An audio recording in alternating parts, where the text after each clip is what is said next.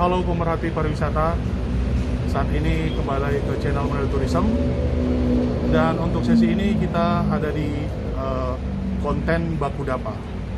Baku Dapa ini untuk para pelaku pariwisata yang ada di Sulawesi Utara. Di samping saya ini ada salah satu pemandu wisata senior yang ada di Sulawesi Utara. Beliau juga Ketua HPI Kota Tomohon. Nanti kita akan tanya-tanya ke beliau bagaimana pengalaman beliau sebagai salah satu pemandu wisata senior yang ada di Provinsi Sulawesi Utara.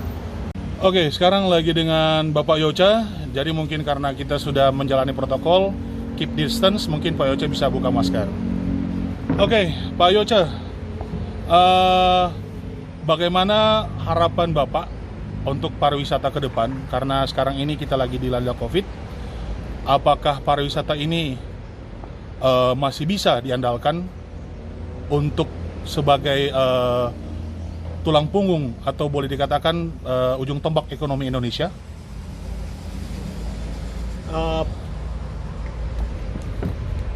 Pariwisata adalah merupakan sebagai tulang punggung ekonomi Indonesia. Oke.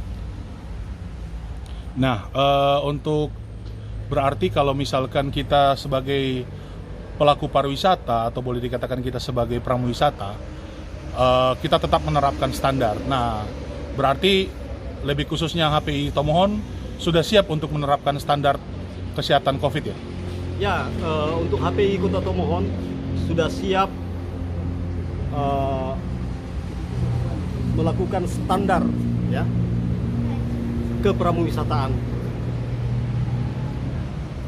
Ya, sebagai contoh? Sebagai contoh dalam welcome atau menyambut new normal,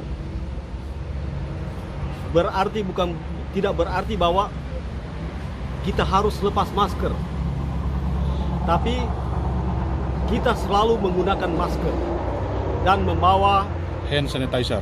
hand sanitizer dimanapun kita berada. Ya. Dan juga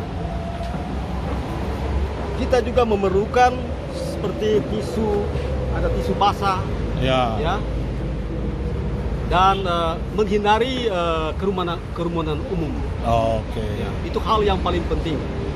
Oh ya, karena memang untuk kerumunan umum juga Bapak Yocha ini salah satu pemandu gunung senior juga, ya perlu diketahui bersama. Beliau salah satu pemandu gunung senior yang ada di Provinsi Sulawesi Utara.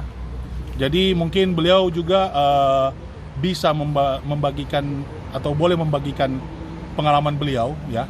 Jadi Bung Yocha ini sedari tahun berapa aktif sebagai pemandu wisata? Saya menjadi seorang pemandu wisata itu saya mulai dari Jakarta. Dari Jakarta sekitar pada tahun tahun 1982. Wow. Saya ikut English course di Oxford Course Indonesia di Jakarta. Oke.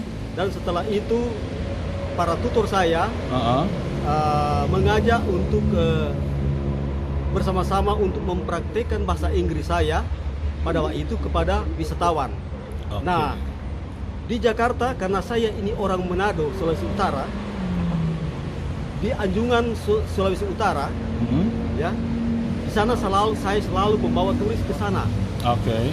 Ya, untuk memperkenalkan daerah saya di Jakarta pada waktu itu. Oke. Itu di tahun-tahun itu. Dan pada waktu itu saya memang sambil saya praktek bahasa Inggris dan belajar jadi guide di Jakarta. Saya memang kerja di lapangan golf. Saya bekerja sebagai seorang caddy. Dan kebanyakan tamu-tamu saya orang asing. Jadi memang saya harus belajar bahasa Inggris.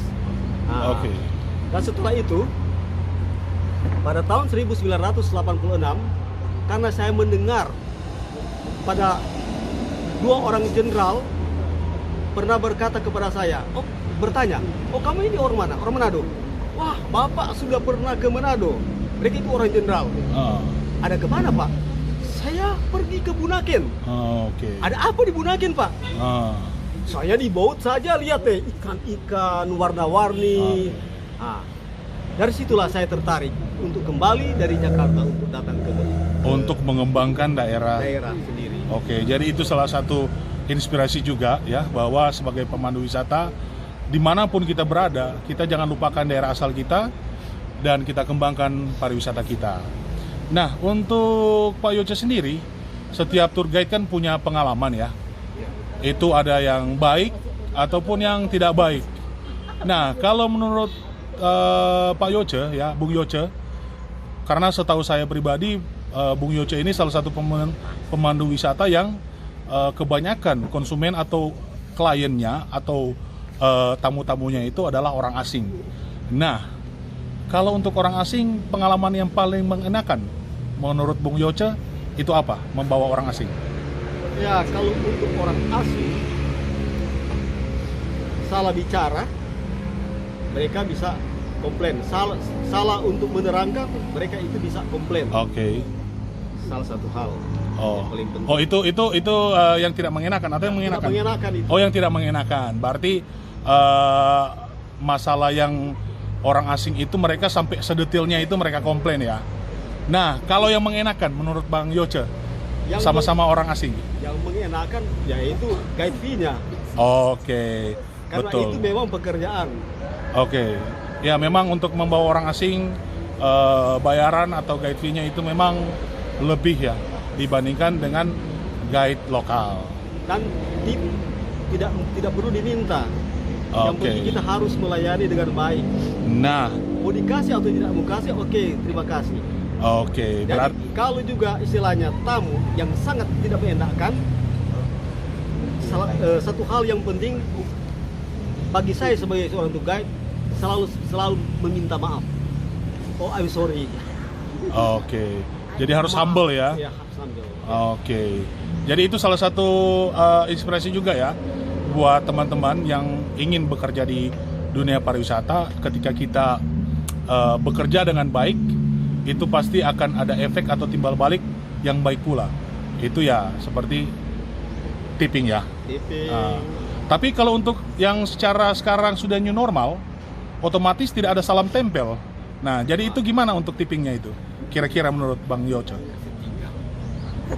Tippingnya adalah kita tinggal di gunung new normal ya. Ya, untuk new normal kira-kira. Tippingnya ya mesti dolar lah. Iya, tapi kan tidak bisa salam tempel sekarang. Jadi istilahnya cara mengambil tippingnya seperti apa? Ya, kalau kira-kira menurut Bung Yoce? Harus dia taruh di kantong saya sendiri. Oke.